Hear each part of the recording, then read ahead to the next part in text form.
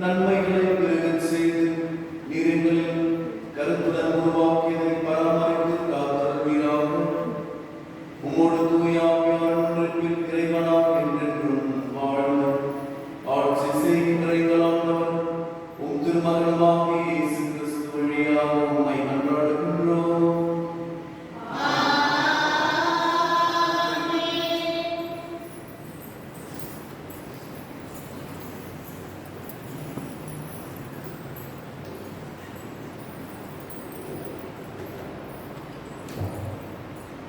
முதல் வாசகம். நீ செய்வது அனைத்தையும் பணிவோடு செய். சீராக்கியின் ஞானத்திலிருந்து வாசகம். 3ஆம் அதிகாரம் 17-18 முடிய மற்றும் 20ஆம் அதிகாரம் 20-29 முடிய. குழந்தாய், நீ செய்வது அனைத்தையும் பணிவோடு செய். அவ்வாறாயின் கடவுளுக்கு உகந்தோர் உனக்கு அன்பு காட்டுவர். நீ பெரியவனாய் இருக்கும் அளவுக்கு பணிந்து நட. அப்பொழுது ஆண்டவர் முன்னிலையில் உனக்கு பரிவு கிட்டும். ஆண்டவரின் ஆற்றல் பெரிது, ஆயினும் தாழ்வோரால் அவர் மாற்றி பெறுகிறார். இருமாப்பு கொண்டோரின் நோய்க்கு மருந்து இல்லை, ஏனெனில் தீமை அவனுள் வேரூன்றிவிட்டது. நுண்ணறிவாளர் உவமைகளை புரிந்து கொள்வர். நாளைகள் கேட்டறியும் ஆவல் மிக்கவர்கள். இது ஆண்டவர் வழங்கும் அருள்வாக்கு. இறைவா, உமக்கு நன்றி. பதிலுரை பாடல் பல்லவி. ஒடுக்கப்பட்டோருக்கு கடவுளை மறுவாழ்வு அளித்தீர். ஒடுக்கப்பட்டோருக்கு கடவுளை மறுவாழ்வு அளித்தீர். நேர்மையாளரை மகிழ்ச்சி அடைவர். கடவுள் முன்னிலையில் ஆர்ப்பரிப்பர், மகிழ்ந்து கொண்டாடுவர். கடவுளை புகழ்ந்து பாடி அவரது பெயரை போற்றுங்கள். ஆண்டவர் என்பது அவர் தம் பெயராம். ஒடுக்கப்பட்டோருக்கு கடவுளை மறுவாழ்வு அளித்தீர். பல்லவி. ஒடுக்கப்பட்டோருக்கு கடவுளை மறுவாழ்வு அளித்தீர். திக்கற்ற பிள்ளைகளுக்கு தந்தையாகவும் கணவனை இழந்தாருக்கு காப்பாளராகவும் இருப்பவர். தூயகத்தில் உரையும் கடவுள். தனித்திருப்போருக்கு கடவுள் உறைவிடம் அமைத்து தருகின்றார். சிறைப்பட்டோரை விடுதலை வாழ்வுக்கு அழைத்து செல்கின்றார். ஒடுக்கப்பட்டோருக்கு கடவுளை மறுவாழ்வு அளித்தீர். பல்லவி. ஒடுக்கப்பட்டோருக்கு கடவுளை மறுவாழ்வு அளித்தீர். கடவுளே, உம் உரிமையான நாட்டின் மீது மிகுதியாக மழை பொழிய செய்தீர். வறண்டு போன நிலத்தை மீண்டும் வளமாக்கினீர். உமக்குரிய உயிர்கள் அதில் தங்கியிருந்தனர். கடவுளே, நீர் நல்லவர். எனவே ஒடுக்கப்பட்டோருக்கு மறுவாழ்வு அளித்தீர். பல்லவி.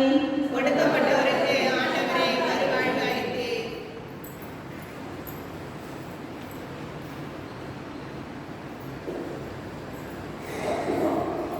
இரண்டாம் வாசகம். நீங்கள் வந்து சேர்ந்திருக்கும் சீயோன் மலை வாழும் கடவுளின் நகர். எபிரேயருக்கு எழுதப்பட்ட திருமுகத்திலிருந்து வாசகம். அதிகாரம் 12, இறைவார்த்தைகள் 18 முதல் 19 மற்றும் 22 முதல் 24 முடிய.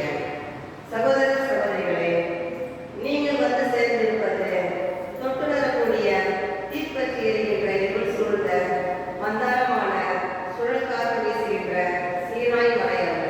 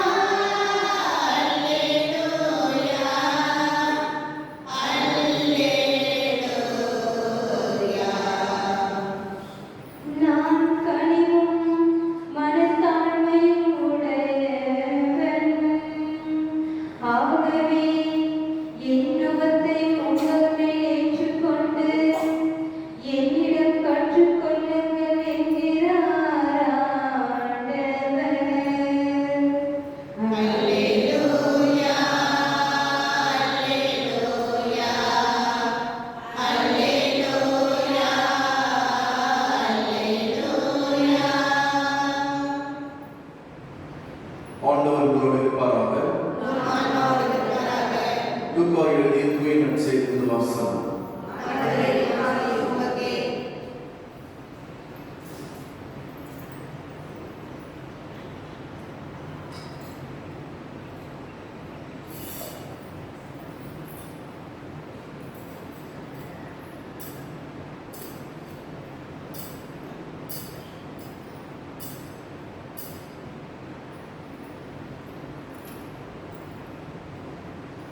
அக்காலத்தில் ஓய்வு நாள் ஒன்றில் இயேசு பரிசேயர் தலைவர் ஒருவருடைய வீட்டிற்கு உணவருடன் சென்றிருந்தார். அங்கிருந்தோர் அவரை கூர்ந்து கவனித்தனர். விருந்தினர்கள் மத்தியில் முதன்மையான இடங்களை தேர்ந்து கொண்டதை நோக்கிய இயேசு அவர்களுக்கு கூறிய அறிவுரை: ஒருவர் உங்களை திருமண விருந்துக்கு அழைத்திருந்தார். பந்தியில் முதன்மையான இடத்தில் அமராதீர்கள். ஒருவேளை உங்களை விட மதிப்பிற்குரிய ஒருவரை அவர் அழைத்திருக்கலாம். உங்களையும் அவரையும் அழைத்தவர் வந்து உங்களிடத்தில் இவருக்கு இடத்தை விட்டுக் கொடுங்கள் என்பார்.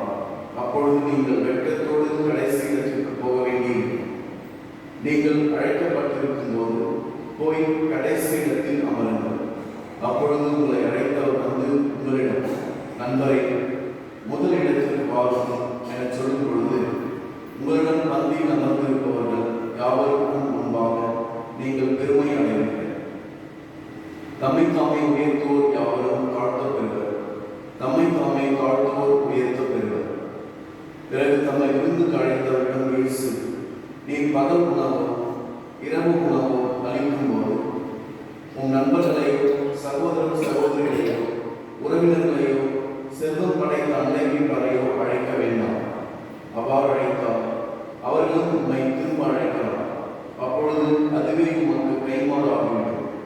மாறாக நீர் விருந்து அளிக்கும் போது ஏழைகளையும் உடல் குணமுற்றோரையும் கால் குணமுற்றோரையும் பார்வையற்றோரையும் அழையும். அப்போது நீர் பேறு பெற்றவர் பாவை. ஏனென்றால் மற்ற கைமாறு செய்ய அவர்களிடம் ஒன்றும் இல்லை. நேர்மையாளர்கள் உயிர்த்தெழும் போது மற்ற கைமாறு கிடைக்கும் என்று கூறினார். ஆண்டவரின் அருள்வாக்கு.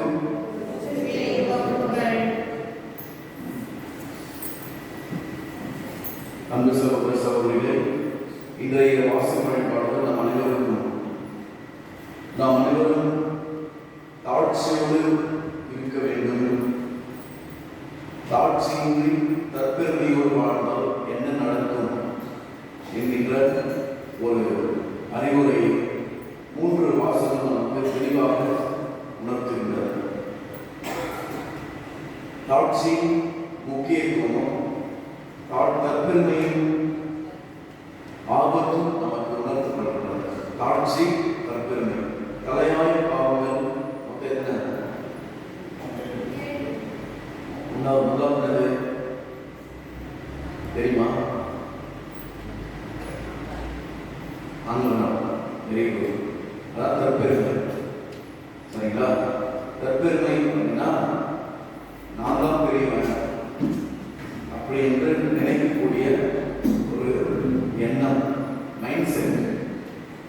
நான் தான் பெரியவன், நான் தான் முக்கியமானவன், நான் தான் தலைவர் அப்படி என்ற ஒரு எண்ணம், மனநிலை, மனக்கட்டமைப்பு. இந்த கட்டமைப்பு காலப்போக்கில் கடவுளை விட பெரியவன் என்கின்ற ஒரு இடத்தில் அழைத்து. அதான் பிரச்சனை. தற்பெருமை உள்ளவர்கள் கடவுள் தான் பண்ண மதியமான கடவுள் என்ன, கடவுள் நேரில் என்னவே இல்லை. ஆனால் ஆன்மீக பாடங்களுக்கு கோயில், திருப்பலி, திருவருட்சாதனங்கள், ஆலயம், அப்படிப்பட்ட விஷயங்கள் நம்ம முக்கியத்துவம் தரமான. நம்ம ஆலயத்தில் வருகின்ற பொழுது நமது எண்ணம் எப்படி இருக்கிறது, நமது மனநிலை எப்படி இருக்கிறது. ஒரு சாலையில் தான் யாரோ ஒரு பெரிய ஒன்றில் அவங்க இந்த இடத்துல இருந்த மாதிரி அவங்க இருப்பாங்க, தற்பெருமையோடு இருப்பாங்க. ஆலயத்தில் யாரும் இருக்காங்க? உன்னை படைத்தவர், உன்னை பார்த்து கொண்டிருப்பவர், எல்லாம் அறிந்தவர், உனது கடந்த காலம், உனது நிகழ்காலம், உன் எதிர்காலம் எல்லாமே தெரிஞ்ச ஒரு மனிதன் இருக்கார். ஒரு கலெக்டரை பார்க்கணும்னு வச்சுக்கோங்க, எப்படி போவீங்க? அந்த இடத்துக்கு போனால் பயபக்தியோடு இருக்கணும். ரெக்வஸ்ட், சார் இது ரொம்ப கஷ்டமான சார் அப்படின்னு சொல்லிட்டு எப்படி போவீங்க? காட்சியோடு போவாங்க.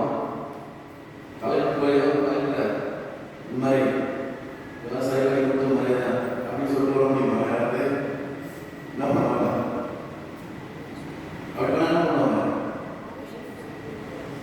என்ன சொல்லுவாங்க? கண்டிப்பாக மாட்டாங்க. முதல்ல வெளியே யாருக்கு சொல்லுவாங்க. ஆனால் கடவுள் அல்லது கடவுள் சார்ந்த விஷயங்களுக்கு நாம் எப்படி முக்கியத்துவம், கடவுளை எப்படி மரியாதை கொடுக்கிறோம்? திருப்பலியில் இயேசுவை நாம் இருக்கின்றோம். அனைத்தும் அறிந்தவர், நம்மை படைத்தவர், பராமரிப்பவர், நம்மை மீட்டவர். அந்த இயேசு நாம் எப்படி வாங்குகிறோம்? எந்த மனநிலையோடு வாங்குகிறோம்? இந்த தற்பெருமை நமக்கு எதை நினைவுகின்றது பார்த்தீங்கன்னா, பழைய நூலில் சாத்தான் என்ன பண்ணுது? கடவுளை எதிர்த்து இருக்கின்றது. நீங்க சொல்றது நியாயம் வேணும் அப்படி மனநிலை. பழைய பாட்டில் அந்த தொடர்பு உள்ள 3வது அதிகாரத்தில் பார்க்கலாம் இல்லையா? பாம்பு ஒழியத்தை நம்மை சோதிக்கிறது, ஆரம்ப சோதிக்கிறது. யாராவது இந்த பாம்பு சாப்பிட்டா அழகை தொடர்ந்து பார்க்கணும். கடவுள் படைத்த எல்லா உயிரினங்களிலும் அழகை ரொம்ப நம்பிக்கைதாக சூட்சிமிக்கதாக இருந்தது. அதுதான் வாசகம். அந்த அழகை யாரு? கடவுளின் வார்த்தைகளுக்கு கீழ்ப்படியும் வந்த யாரு? யாரு? யாரு? வானதூதர்கள். புரியுதுங்களா? வானதூதர்கள் தான் பேயானாங்க. இந்த கீழ்ப்படியும் பேயானாங்க. முன்னாடி எப்படிதான் இருந்தாங்க? வானதூதர்கள் தான் இருந்தாங்க. குழந்தைங்க கூட அழகா இந்த மாதிரி தான் இருந்தாங்க. நல்லா புதுசு இருப்பாங்க. அப்புறம் ஒரு 5 வயசு 5 டீனேஜ் அந்த என்ன பண்ணிடுவாங்க? யார் பேர் எடுப்பாங்க? ஒருவேளை அதனால தான் இருந்தாலும் தெரியல எனக்கு. ஆனால் அப்படிதான் இருக்கு பார்க்கலாம். அப்படிதானே? குழந்தைகள் நல்லா யோசிச்சு மாதிரி இருப்பாங்க. ஆனால் வந்த பிறகு ஒரு 5 வயசு 16 வயசு ஆகுது. யார் மாதிரி எடுப்பாங்க? யார் மாதிரி? சைத்தானா? மாடன சொல்றது சைத்தான் மாதிரி ஆகிடும்.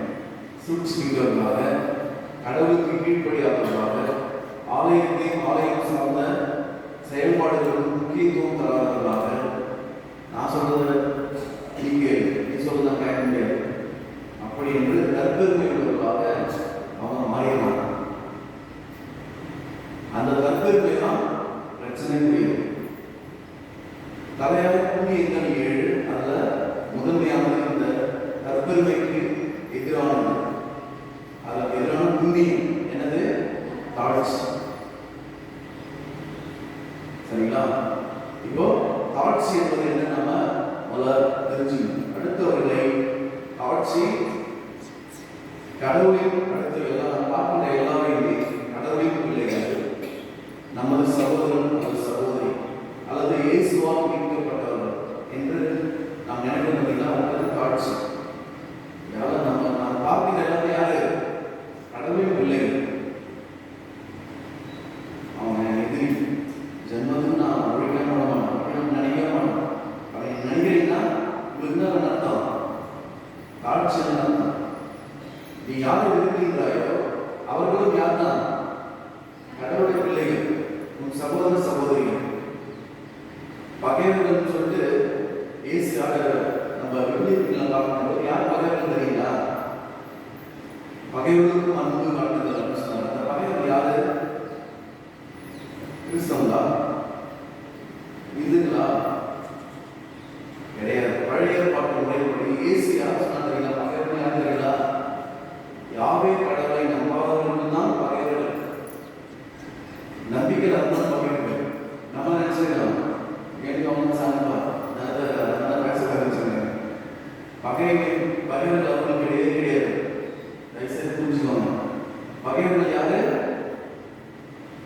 யாரு? யாவை கடவுளின் அண்ணாமலை தான் பகைவர்கள். ஆனா இயேசு சொன்னாரு பகைவர்களுக்கே அன்பு காட்டணும்னு சொல்லிக்கிறாரு. புரியுதுங்களா? பகைவர்களே கிடையாது, பகைவர்களுக்கு அன்பு காட்டு, நம்பிக்கையில் வந்து அன்பு காட்டு, இதுதான் அர்த்தம். ஆனா நாம நினைச்சிருக்கோம் எங்களுக்கு அவங்களுக்கு பகை. யாரா ரெண்டு பேருமே யாரு? யாரு? கடவுளை நம்பாம வைத்தியம் லூசுங்க. கடவுளை நம்புபவர்கள் பகையாளர்களாக இருக்கவே முடியாது, இருக்கவே கூடாது. அது அந்த கண்ணோட்டமே இல்லை முதல்ல. ஆனா நாம நினைச்சிருக்கோம் எத்தனை பேர் பேசாம இருக்காங்க அந்த ஊர்ல, அவங்கள பேசாம ஏன் இது ஒரு சண்டை, ஒரு ஃபிளாஷ்பேக், ஏதாவது ஒரு ஸ்டோரி வச்சுருப்பாங்க, இந்த மாதிரி பண்ணாம பேசக்கூடாது. இதுதான் என்னது? தற்பெருமை. ஆனா நான் கடவுளா நான், நீயா நான், அதான் டிவில எல்லாம் சொல்றாங்க, நீயா நான் போட்டு காமிச்சிருக்காங்க, நீயா நான், இங்க ஒரு சண்டை அங்க ஒரு சண்டை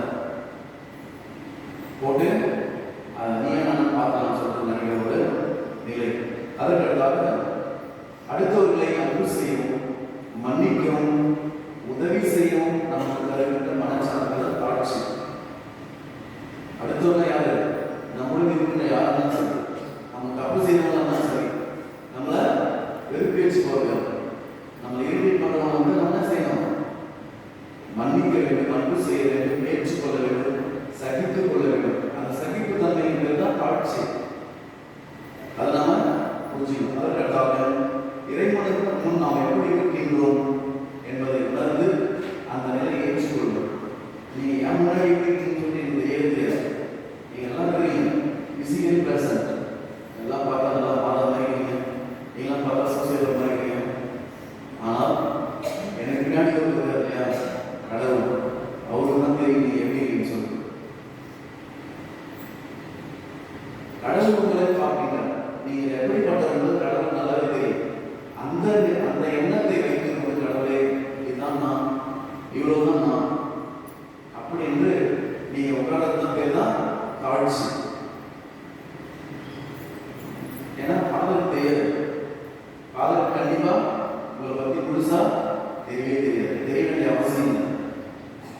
ஆனால் கடவுளுக்கு தெரியும். அந்த மனிதன் தான் நீங்க கோயிலுக்கு வரணும், கடவுள் அப்படிதான் உங்களை பார்க்கறாரு. ஆனா நம்ம இருக்கோம் எதுவுமே செய்யாத மாதிரி, தப்பே செய்யாத மாதிரி, பலருமே இல்லாத மாதிரி யார் நடைபெறாங்க? கடவுள் நடைபெறாங்க. அதுக்கு பேர் தான் ஆங்காரம், அதுக்கு பேர் தான் தற்பெருமை. இன்னொரு சொல்லுவாங்க எப்பேட்னா, எப்பேட்னா அழகான ராணுவத்தில் அழிஞ்சதை விட ஆணவத்தில் அழிஞ்சது அதிகம் சொல்லுவாங்க. ராணுவத்தில் அழிஞ்சதை விட ஆணவத்தில் அழிஞ்சது தான் அதிகம். அதனால நம்ம அதை புரிந்து கொள்ள வேண்டும். அதற்காக காட்சியை பார்க்கின்ற பொழுது நமக்கு இறைவன் கொடுத்த கொடைகளை எல்லாம் நினைத்து பார்க்கணும். அருள், ஆசீர்வாதம், திறமைகள், கொடைகள், நமது செல்வம், பணம், நல்ல சம்பளம், நல்ல மனைவி, கணவன், பிள்ளைகள் எல்லாவற்றையும் நினைத்து பார்த்து கடவுளுக்கு நன்றி உள்ளவர்களுக்கு என்னது காட்சி.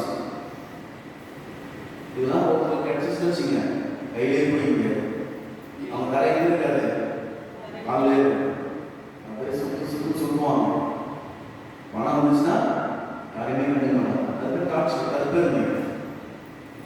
மாசத்துக்கு ஒரு 1000 சம்பாதிக்கிறாங்க, பெரிய நம்ம ஸ்டேட்டஸ் என் ரேஞ்சே வேற அப்படின்னு நினைக்கிறேன். பார்த்தீங்களா, நன்றி அற்ற ஒரு நிலை. கடவுளுடைய புரிந்து நல்லா இருக்கு, கடவுளுடைய புரிதல எனக்கு நல்ல மனைவி, கடவுளுடைய புரிதல எனக்கு நல்ல கணவன், எனக்கு நல்ல பிள்ளைகள், நல்ல விளைச்சு, நல்ல சம்பளம், நல்ல திறமை, நல்ல அறிவு. இதை நினைச்சா பண்ணோம் எப்போதும் கடவுளுக்கு நன்றி உள்ளவர்களாக உண்மையில் உட்கார்ந்து பேர் தான் காட்சி. இது இல்லைன்னா அது பேர் தற்பெருமை. தற்பெருமை என்பது நம்மளுடைய இருந்ததே தெரியாது, பிரச்சனை. தற்பெருமை என்பது நம்மிடம் இருப்பது போலவே தெரியாத பிரச்சனை இருப்பாங்க. ஒரு எல்லாமே மைண்ட் செட், மனநிலை,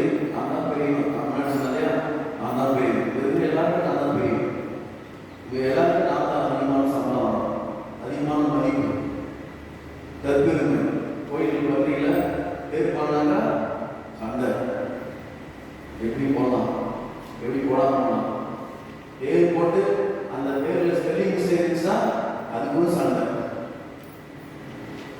உங்க பேர் தான் போனா ஏதோ அப்செட் ஆயிடுச்சு, தப்பாயிடுச்சு, மாத்து ஸ்டிக்கர் ஓட்டு. ஒரு சிலர் டாக்டர் அப்படின்னு போடலாம், அதுக்கு வந்து சண்டை வரலாம். பேர்லாம் கரெக்டு, அவங்க பேர் அந்த மனைவி பேர் எல்லாம் பிரச்சனை. அவர் வந்து டாக்டர் பிரச்சனை என்னன்னு போல டாக்டர்னு போடல, ஏன் போடணும்?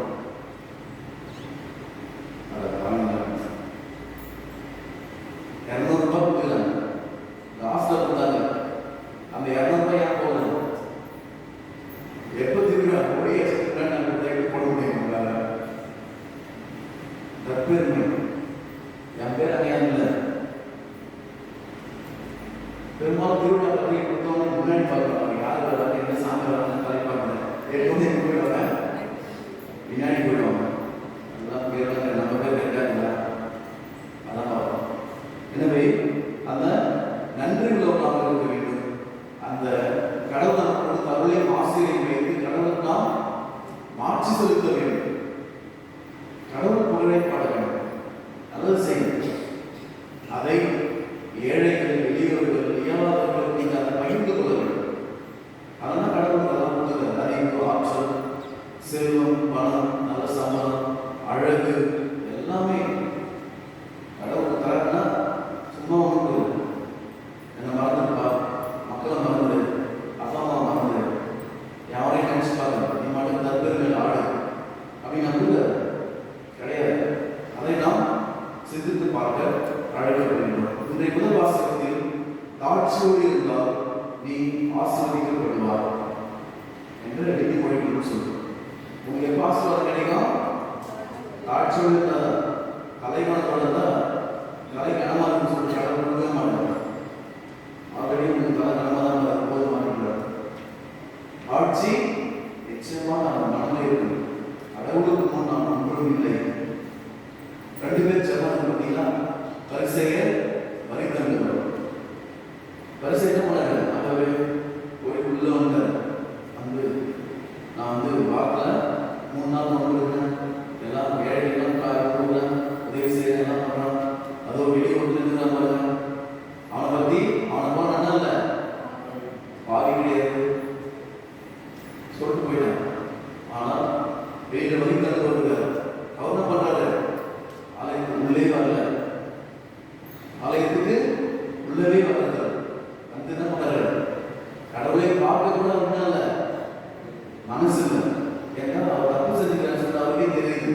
குற்றத்தை உணர்கின்றார். திருப்பாடல் 51 சொல்றது, கடவுளை நொறுங்கிய குற்றமான உள்ளத்தைக்கு அவமதிப்பது இல்லை. எழுதிக்கிறார், ஆண்டவரே பாவி என்னை மன்னிச்சுங்க, நம்ம இறக்கமாயிருக்கும். உங்களை பார்க்க கூட என்ன தகுதி இல்லை, அருகதை இல்லை அப்படி சொல்லிட்டு போயிருக்காரு. பேசணும் சொல்றாரு. 2 பேர் ஜெபத்தில் யார் சட்டை கேட்டார்? உள்ள வந்து ஜெபத்தியா வெளியில நம்ம ஊரில் நிறைய வெளிதான். அது எதுக்கு நமக்கு இல்லை, ஆனால் அந்த மனநிலை இருக்குன்னு நமக்கு தெரியாது. சரிங்களா? அந்த மனநிலை நமக்கு இருக்கு. 2ஆம் வாசகமானது இயேசுவின் ஆட்சியை குறித்து நமக்கு சொல்லுகிறது. திரும்ப நீங்கள் எங்க இருக்கீங்க அப்படின்னு ஒரு புதிய கண்ணோட்டத்தை நமக்கு. என்ன கண்ணோட்டம் என்று பார்க்கும் பொழுது இந்த இடம் பழைய பாட்டு அந்த பலிப்பீடத்தை மனதில் வைத்து சொல்லுகின்றது. பழைய பாட்டில் பலிப்பீடம் இருக்கிறோம், கடவுள் என்ன செலுத்துவது. புதிய ஏற்பாட்டில் பலிப்பீடம் எது? இதுதான் பலிப்பீடம், ஆலயம். ஏனென்றால் இந்த இடத்தில் நாம் யார் வராங்க? இயேசு என்கின்ற செம்மறி இந்த பலிபீடத்தில் பிரசன்னமாகின்றார், பலியிடப்படுகின்றார்.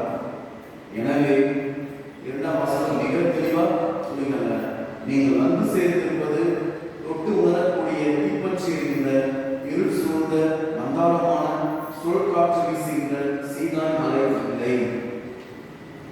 சீனாய் மலை கிடையாது. சீனாய் மலையில் தான் நம்ம பழைய மக்கள் கடவுளுடைய பிரசனத்தை, கடவுளுடைய இருப்பை அவர்கள் பார்த்தார்கள், அனுபவித்தார்கள். அங்கே உட்கார்ந்து முழங்கிற்று, பேசும் குரல் கேட்டது. அக்குரலை கேட்டார்கள். அதற்கு மேல் தங்களோடு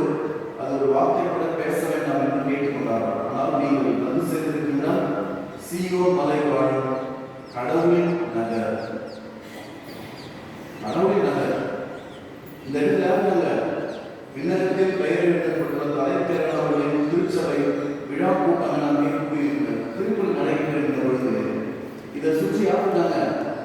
புனிதர்கள் இருக்கின்றார்கள். வானத்தூர் மூன்றாவது திருப்பலி மன்றாட்டு நீங்க எடுத்தீங்கன்னா தெரியும். முதல் திருப்பலி மன்றாட்டு அது அழகா சொல்லியிருப்பாங்க. அது கிறிஸ்துமஸ் ஈஸ்டர் அந்த நேரம் வாசிப்பாங்க. இப்போ பார்த்தீங்கன்னா வாசிக்கிறாங்க எல்லாம் தான் இறைவா உங்களுடைய வானதூதர் தம் திருக்கைகளால் இந்த பலி பொருட்களை மாண்புக்குரிய உமது விண்ணக திருப்பிடத்திற்கு எடுத்துச் செல்ல வேண்டும் என உம்மை பணிந்து வேண்டுகின்றோம். உம்மை பணிந்து திருப்பிடத்திலிருந்து உங்களுடைய திருமகனின் புனிதமிக்க உடலை ரத்தத்தை பெறுகிறாங்க அப்படின்னு சொல்றாங்க. அப்ப என்ன பண்றாங்க? பலி பொருட்களை யார் எடுத்து போறாங்க? வானதூதர் எடுத்து போறாங்க. நீங்க நினைச்சு பாருங்க, இந்த சுற்றி யார் இருந்தாங்க? அந்த எழுந்தேச்சு நடைபெற்ற பிறகு இயேசு பிரசன்னமாக இருக்கிறார் என்றால் இயேசு யார் இருப்பாங்க? வானதூதர்கள், புனிதர்கள். அதுதான் சொல்லுவாங்க. எனவே இந்த எண்ணத்தோடு நீங்கள் இந்த திருப்பலி கலந்து கொள்ள வேண்டும் என்று எபிரேயருக்கு எழுதப்பட்டிருக்கும் அவங்க சொல்லுவாங்க. ஆனா நம்ம திருப்பலி என்ன பண்ண சொல்றதுக்கே தெரியும். என்ன பண்றோம்?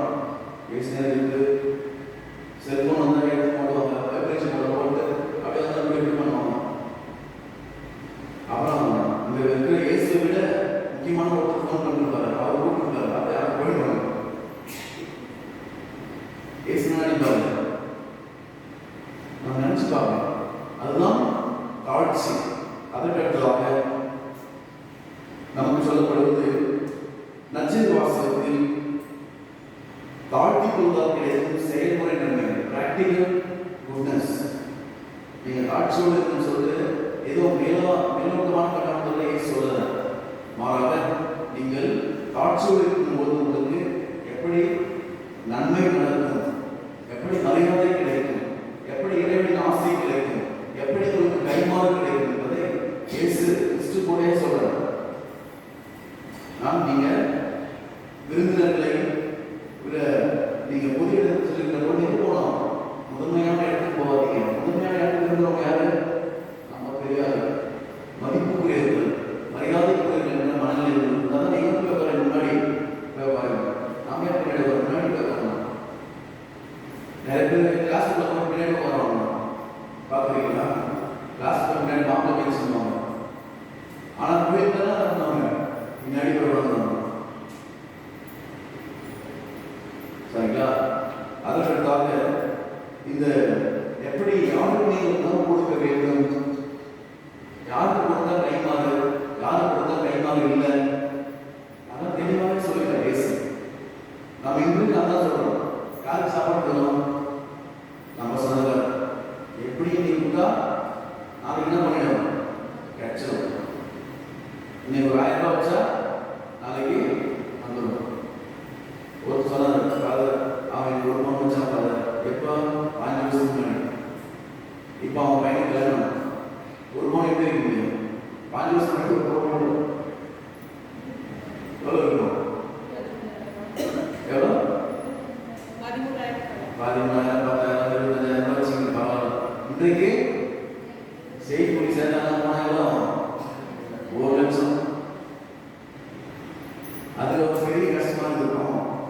எப்படி பார்க்கறது கொடுக்காம கல்யாணம் திருப்பி வந்து நேரில் கேட்க ஆரம்பிச்சான். நீ கொடுத்து நான் அவனை போட்டல, நீ என்ன பண்ணிட்டு போட்டுன்னு சொல்றாங்க. கைமாறு இல்லை கிடைச்சது, நீயே கைமாறு செட்டில்மெண்ட் முடிஞ்சிச்சு. ஆனால் ஏசு சொல்றாரு, நீங்கள் யாருக்கு நீங்கள் சாப்பாடு பண்ணணும்? உங்கள் சகோதர சகோதரிகளை, உறவினர்களை செல்வம் படைத்த அன்றைக்காக அழைக்க வேண்டாம்.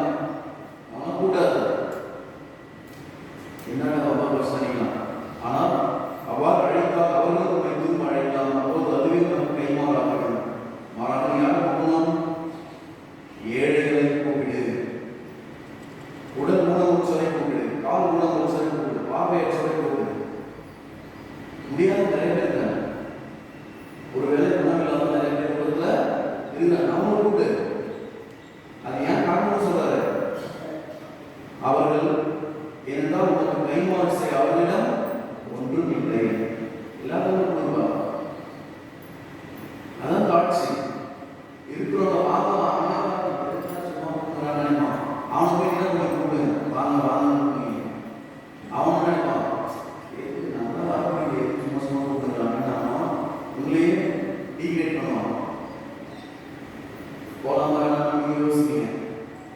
அவனை வாங்க வாங்க ஏன் வாங்க நம்ம திரும்பி செட்டில்மெண்ட் பண்ணிக்கலாம் வாங்க அந்த வாங்க. ஆனால் வழியோரங்கள் வீடுகளில் திண்ணைகளில் யாராவது தண்ணி கொடுப்பாங்களா சாப்பாடு கொடுப்பாங்களா அப்படிங்கிறவங்க நிறைய பேர் இருக்காங்க. அவங்களுக்கு போய் கொடுங்க. அப்பா அம்மா பிள்ளைங்க நிறைய பேர் இருப்பாங்க. அவங்களுக்கு உதவி செய்யுங்க. என் கூட ஒரு 10 ரூபா கூட பலன் தரும். நிறைய காசு சம்பளம் வந்துச்சா என்ன பண்ணணும்? ஒரு 500 ரூபாய்க்கு சாப்பாடு வாங்கி கொடுங்க. அல்லது யாராவது படிக்கிற பசங்க கொடுங்க. அப்பா அம்மா பிள்ளைங்களுக்கு உதவி செய்யுங்க. அதுதான் கைமாறு. எனவே உதவி காட்சி என்றால் என்ன என்பது முழு பொருளை நாம் உணர்ந்திருக்கின்றோம். எது காட்சி எது தற்பெருமை என்பதை நாம் உணர்ந்திருக்கின்றோம். இறுதியாக இயேசு திருமண விருந்து என்று சொல்லியிருக்கார். திருமண விருந்து என்பது என்னது? இதுதான் திருப்பலை தான் திருமண விருந்து. இது நாம் பார்க்கக்கூடிய அடையாள முறையில் நமக்கு சொல்லப்படுகிற விருந்து. ஆனால் ஒரு நாள் விண்ணக விருந்து ஒன்று இருக்கின்றது. விண்ணக விருந்து விண்ணக விருந்து அர்த்தம் ஒரு நாள் கடவுள் பார்வையில் நபர்களாக இருந்து கடவுளுடன் சென்று மோட்ச வாழ்க்கை அப்படின்னு சொல்லுவாங்க. அதுதான் உண்மையான விருந்து, நிரந்தரமான விருந்து. அந்த விருந்து தான் கடவுள் தான் கூப்பிடுறாரு. ஒரு வகையில் நாம் எல்லோருமே இந்த விருந்துக்கு தகுதியற்றவர்கள் தான். கடவுள் நம்மளால் தான் கூப்பிடுறாரு. நாம் எல்லாருமே ஆன்மீக ரீதியாக நாம் எல்லாமே யாரு? பூவர். ஆன்மீக ரீதியாக நாம் யாரு தான்? ஏழைகள் தான். Spiritually poor. நம்மிடம் ஆன்மீக கொடைகள் அதிகமாக புண்ணியங்கள் நிறைய புண்ணியம் இருக்குது அப்படின்னு சொல்ல முடியுமா? எல்லா புண்ணியமே இருக்குது. அன்பு இருக்குது, நீதி இருக்குது, மன்னிப்பு இருக்குது, சகித்தன்மை இருக்குது, தாட்சி இருக்குது, பொறுமை இருக்குது, சுறுசுறுப்பு இருக்குது. தலையாய புண்ணியங்கள் எல்லாமே அங்கே இருக்குன்னா நீங்கள் தகுதி உள்ளவர்கள். ஆனால் இல்லை என்றால் நம்ம யாரு? தகுதியற்றவர்கள். ஆனால் கடவுள் நம்ம தான் கூப்பிடுறாரு. தகுதியற்ற நம்ம தான் கூப்பிடுறாரு. ஆன்மீக ரீதியாக நம்ம யாரு? நடக்க முடியாத ஊனமுற்றவர்கள். பேசுனா இல்லையா? பார்வையற்றவர்கள், ஆன்மீக பார்வையற்றவர்கள். எது நல்லது எது கெட்டது? ஆலயத்துக்கு வர முடியாத ஊனமுற்றவர்கள் டிஃப்ரெண்ட்லி ஏபிள் தான். ஆலயத்தில் வந்து கஷ்டமாக இருக்காது, உடம்பு சரியில்லை அப்படின்னு சொல்லிட்டு மீதியெல்லாம் பார்த்து என்ன இருக்கும்? கைகள் இருக்கும், எல்லாமே கைகள் எல்லாம் வரும். ஆனால் ஆலயத்தில் வந்தால் மட்டும்தான் வரது மட்டும்தான் கஷ்டமா. எனவே இயேசு நாமும் ஒரு வகையில் யார் தான்? தகுதியற்றவர்கள், ஊனமுற்றவர்கள், பார்வையற்றவர்கள் என்றுதான் சொல்றாங்க. எனவே நமக்கு தான் அழைப்பு கொடுத்திருக்கிறார். நமக்கு தான் அழைப்பை கொடுத்திருக்கிறார். நமது பதில் என்ன? கடவுள் கொடுத்த அழைப்பிற்கு நமது பதில் என்ன என்பதை குறித்து சிந்தித்து பார்ப்போம். ஆமென்.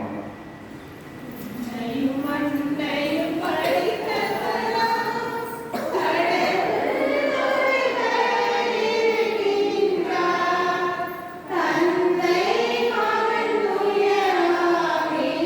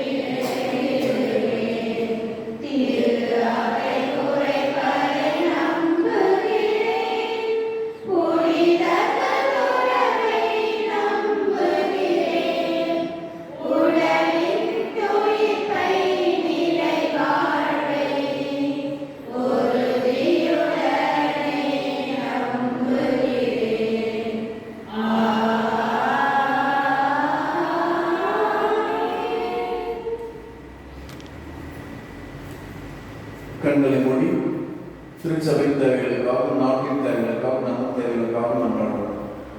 விண்ணகத்தில் பெயர் எழுதப்பட்டுள்ள தலைப்பேரானவர்களின் திருச்சபை என 2ஆம் வாசகத்தில் விவரிக்கப்படும் நிலை உருவாகும் வரை பயணிக்கும் திரு அவையாகிய எம்மை வழிநடத்தி வருகிற திருத்தந்தை லியோ, ஆயர்கள், குருக்கள், துறவரத்தார், இறைமக்கள் ஆகிய நாங்கள் அனைவரும் நம்பிக்கை, எதிர்நோக்கு, பிறரன்பு ஆகிய இறையியல் பண்புகளோடு வாழ்ந்திட வரமருள வேண்டும் என்று இறைவா உம்மை மன்றாடுகின்றோம்.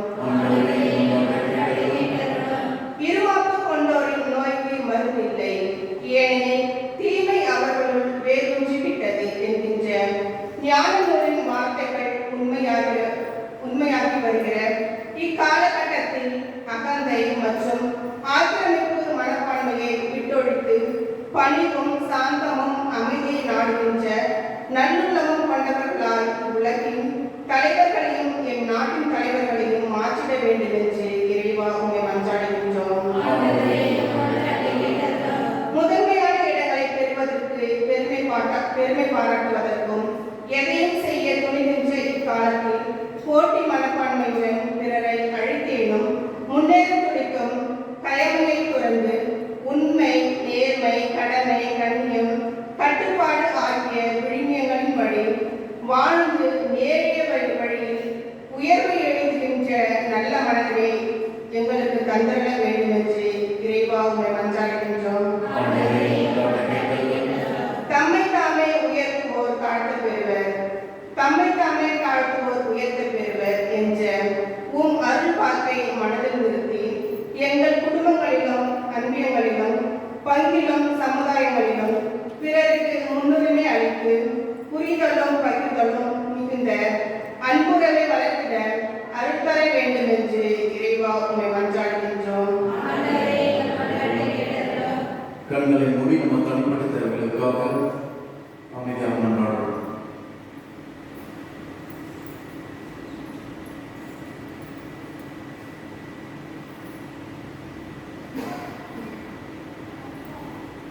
மன்றாடுகளை நாம் கிறிஸ்து வழியாக கெஞ்சி மன்றாடுகிறோம்.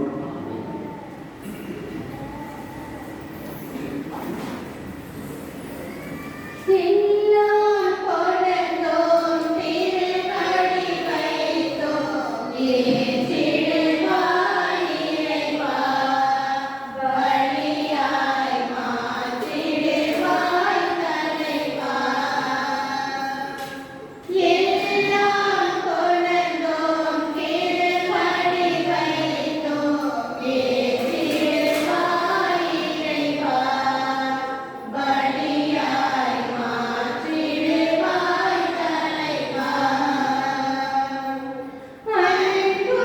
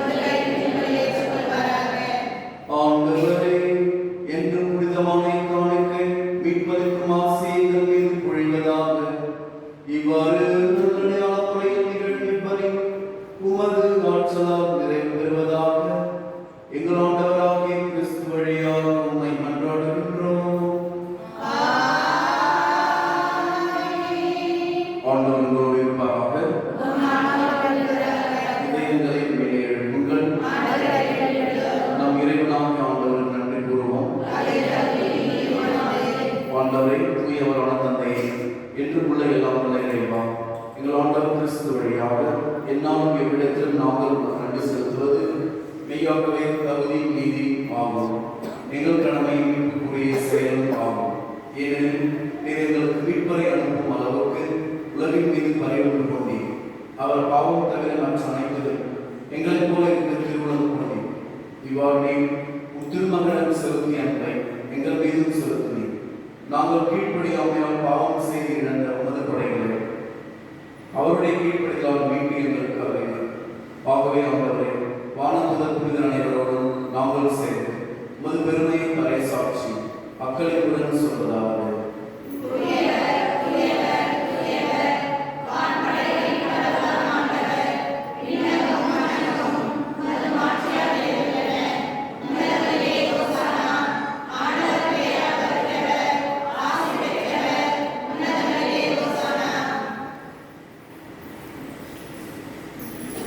ஆண்டவரே, நெறியாகவே தூயவர், தூய்மை அனைவருக்கும் ஊற்று. ஆகவே ஆவையை குறைந்து இக்காணிக்கைகளை தூய்மைப்படுத்த உண்மையும் வேண்டுகின்றோம். இவ்வாறு எங்கள் ஆண்டவர் இயேசு கிறிஸ்துவின் உடலும் இரத்தமுமாக எங்களுக்கு இவை மாறுவதாக. அவர் பாடுபடுவதற்கு கணித்து தம்மை நியமித்த போதும் அப்பத்தை எடுத்து நன்றி செலுத்தி அதை விட்டு நம் சீடர்களுக்கு அளித்து கூறியதாவது: அனைவரும் இதிலிருந்து பெற்று கொள்ளுங்கள், ஏனெனில் இது உங்களுக்காக கையளிக்கப்படும் என் உடல்.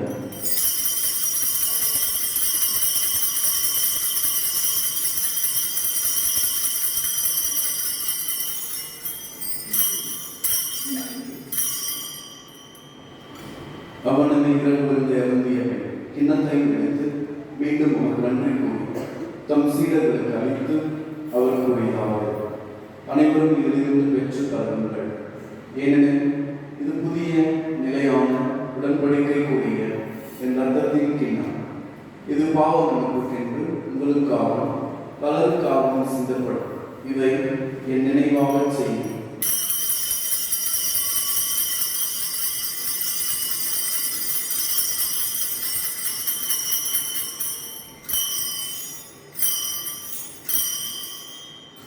நம்பிக்கையின் மறைபொருள்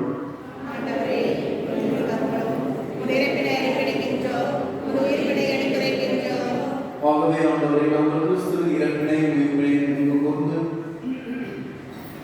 வாழ்வுதல் நாமத்தை மீட்பளிப்பு கிண்ணத்தை ஒப்புக் கொடுக்கின்றோம்.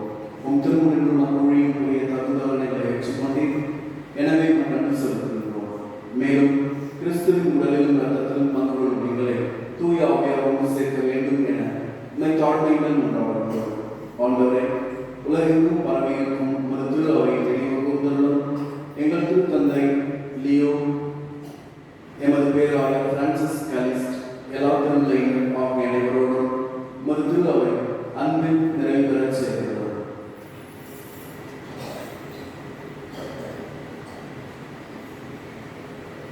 மேலும் உயிர்த்தெழும் எதிர்நோக்குடன் தூய்கொள்ளும் எங்கள் சகோதர சகோதரிகளையும் இறந்தோர் அனைவரையும் இரக்கத்துடன் நினைவு கூர்ந்து உமது திருமுக ஒளியை ஏற்றவர்.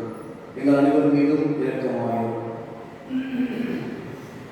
கடவுளின் கன்னித்தாயான புனித மரியா, அவருடைய கணவரான புனித யோசேப்பு, புனித திருத்தூதர்கள், இவ்வுலகில் நமக்கு வந்தவராயிருந்தோர் ஆகிய புனிதர் அனைவரோடும் நாங்கள் நிலைவாழ்வில் பங்கு கொள்ளும் தகுதி பெற்று திருமகன் இயேசு கிறிஸ்து வழியாக உம்மை புகழ்ந்தேற்கும் மரம் அருள உம்மை நன்றாடுகிறோம். இவர் வழியாக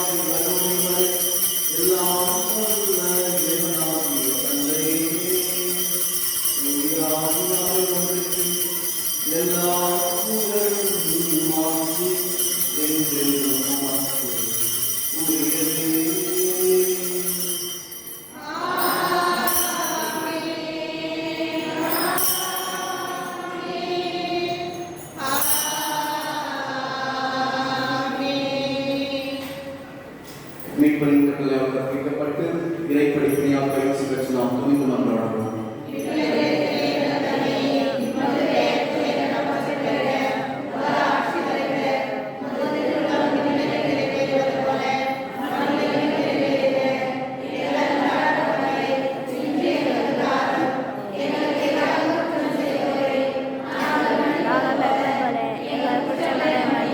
எங்களை சோதனைக்கு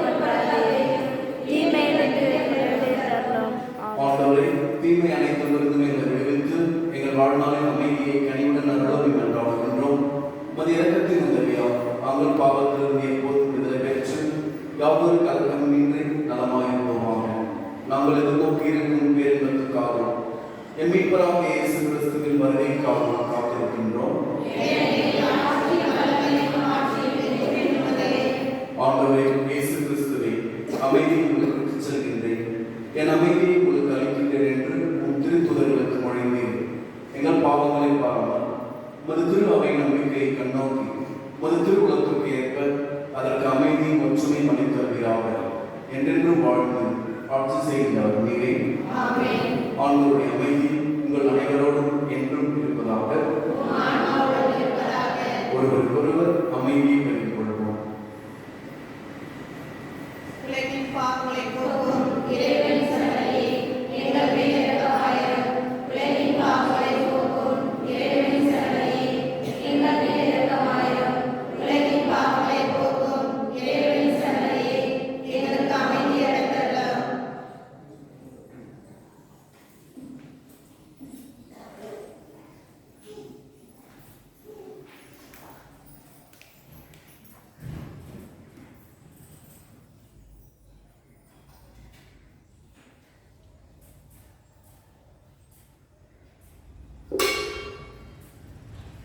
இதோ இறைவனின் செம்மறி, இதோ உலகின் பாவங்களை போக்குகின்றது. செம்மறியின் விருந்து அழைக்க பெற்ற நாம் அனைவருமே பேர் பெற்றோம்.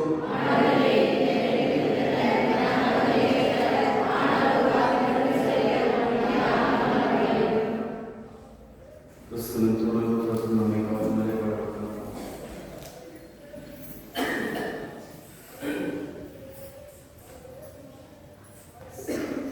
நெஞ்சத்திலே தூய்மையுண்டோ, இயேசு அழைக்கின்றார்.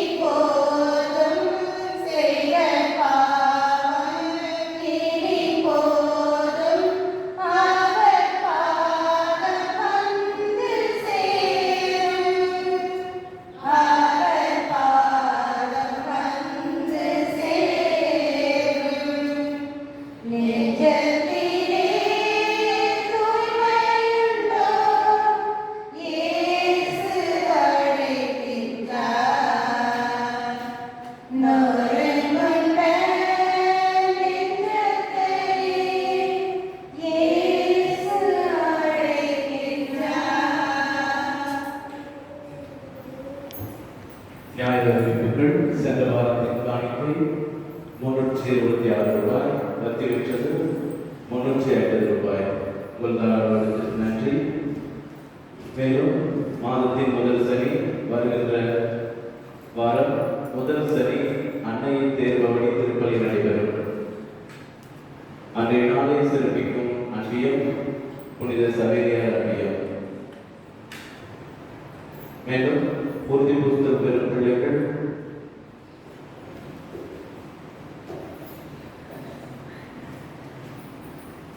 தங்களுடைய பெயர், தந்தை பெயர், தாய் பெயர், ஞான தந்தை, ஞான தாய், திருமுழுக்கு அதாவது ஞானஸ்தானம் பெற்ற தேதி, முதல் திருவிருந்து, புதுநன்மை பெற்ற தேதி, முகவரி, தொலைபேசி இவை அனைத்தையும் கொடுக்குமாறு கேட்டுக்கொள்ளப்படுகிறீர்கள்.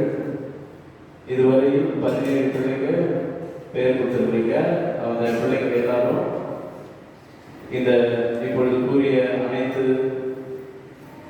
டீட்டெயிலும் கொடுக்குமாறு கேட்டுக்கொள்கிறோம். மேலும் உறுதி பூசல் வகுப்பு இன்று திருப்பலி முடிந்தவுடன் நடைபெறும். மாலை நடைபெறாது. குடும்ப புத்தகம் வாங்காதவரை வாங்கிக் கொள்ளலாம். மேலும் ஒவ்வொரு புதன்கிழமை மாலை 3:30 மணியிலிருந்து 5:30 மணி வரை நமது ஆலய வளாகத்தில் பாத்திமா கோட்டக்கல்லூர் பாத்திமா அன்னை மருத்துவமனையிலிருந்து அருள் சகோதரிகள் நோயாளிகளுக்கு சிகிச்சை அளித்து வருகிறார்கள்.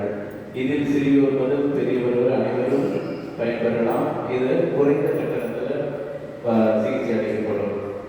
அது மனிதன் கொள்ளுமாறு கேட்டுக்கொள்ள. நீங்கள் மட்டுமல்ல, ஆதிச்சனூர் கிராமத்தில் வாழும் அனைத்து மக்களுக்காகவும் இந்த சேவை நடத்தப்படுகிறது. மன்றாடுவோமாக. ஆண்டவரே, விண்ணக உணவினால் ஊட்டம் பெற்ற நாங்கள் உண்மை வேண்டுகின்றோம்.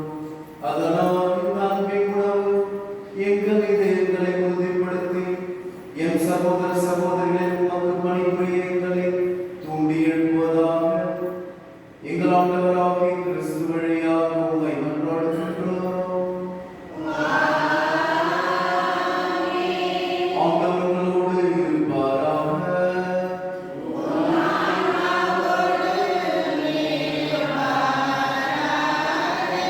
எல்லாம் வல்ல இறைவன், தந்தை, மகன், தூய ஆவியார் நம் அனைவரையும் நிறைவாக ஆசீர்வதிப்பாராக. சென்று வாருங்கள், திருப்பலி நிறைவேற்று.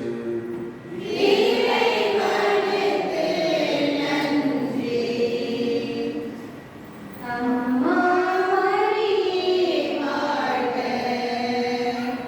அம்மா மரியே வாழ்க, மரியே வாழ்க, மரியே வாழ்க, மாதாணி வாழ்க, எங்கள் மரியே வாழ்க, மரியே வாழ்க, மாதாணி வாழ்க, அம்மா மரியே வாழ்க, அம்மா மரியே வாழ்க, அறியாத மாந்தருக்கு அறிய வைத்தாய், உன்னை ஆரோக்கிய தாயாக உணர வைத்தாய், அறியாத மாந்தருக்கு அறிய வைத்தாய், உன்னை ஆரோக்கிய தாயாக உணர வைத்தாய், மறையாத வானிலமாய், மாறாத வாழ்வழையாய், மறையாத வானிலமாய், மாறாத வான்மழையாய், திகழ்கின்ற திருமறையே, நீ வாழ்க, நீ வாழ்க, நீ வாழ்க, அம்மா மரியே வாழ்க, அம்மா மரியே வாழ்க. நமது அழைப்பை ஏற்று வருகை தந்திருக்கும் திருப்பலி நிறைவேற்றிய தந்தை சிவன் நாயகம் அவர்கள் உடல் உள்ள நலத்திற்காகவும் அவருடைய கைப்பணி சிறக்கும்படியாகவும்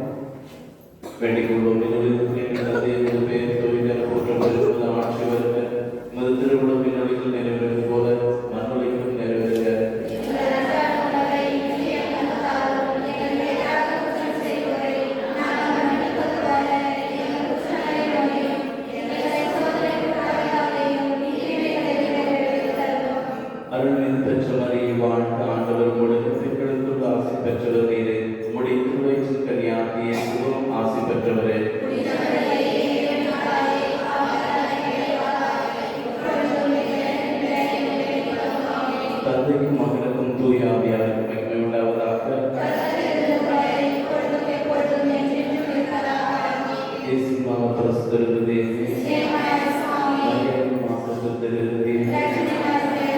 குடும்பத்தின் தலைவரான பிரின்ஸ் சூசியப்பரே இருவரின் அணியாக பெரு கண்ணியமறியமாக பொறுமையின் சித்திரமான புனித அந்தோணியாரே எங்களோடு பாதுகாவலோடு மாதாவே எங்கள் பெயரை தாங்கிக் கொண்டிருக்கின்ற அனைத்து புனிதர்களே புனிதைகளே இயேசு மரிசூசை தந்தை மகன் தூய ஆவியாரின் பெயராலே